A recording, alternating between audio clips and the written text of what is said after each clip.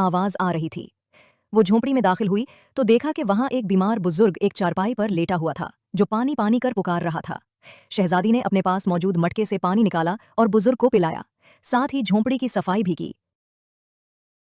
बुजुर्ग ने हैरानी से पूछा, बेटी, तुम कौन हो और इतने वीरान जंगल में अकेली क्या कर रही हो? शहजादी ने अपने हालो अहवाल का तफसील से जिक्र शुरू कर दिया। सुबह सवेरे बुजुर्ग ने शहजादी से कहा, बेटी, मैं काम के लिए शहर जा रहा हूँ, 7-8 दिन बाद लौटूंगा, तुम यही रहो।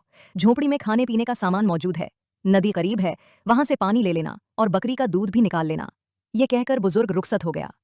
शहजादी हर रात बकरी का दूध निकालती, आधा अपने लिए रखती और आधा एक बर्तन में डालकर झोंपड़ी के बाहर रख देती। उसके दिल में ख्याल आता कि अगर कोई जानवर या परिंदा भूखा प्यासा हो तो वो दूध पी ले, फिर वो सुकून से सोती। सुबह जब वो जागती, परिंदों की चहचहाहट और ठंडी हवा की सरगोशियां उसे जगातीं। वो बाहर निकलती तो देखती कि बर्तन खाली है, लेकिन आज बर्तन के करीब एक चमकती हुई रोशनी उसकी निगाहों को अपनी तरफ खींचती है।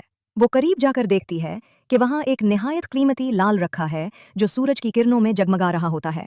हैरानी और मुस्कुराहट के मिले जुले एहसास के साथ वो लाल को उठाती है। इसी लम्हे उसकी नज़र ज़मीन पर पड़े सांप के निशानों पर जाती है, जो बर्तन के गर्द वाज़ेह दिखाई देते हैं।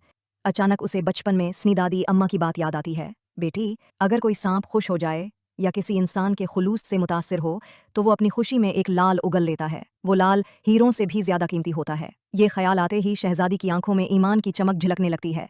वो दिल में शुक्र अदा करती है और सोचती है, ये अल्लाह की तरफ से एक और निशानी है, मेरे सब्र और खुलूस का सिला। शहजादी लाल को संभाल कर रख लेती है और दिल ही दिल में अहद करती है कि आज रात भी बर्तन में दूध रखेगी। उसे उम्मीद है कि शायद वो सांप फिर आए।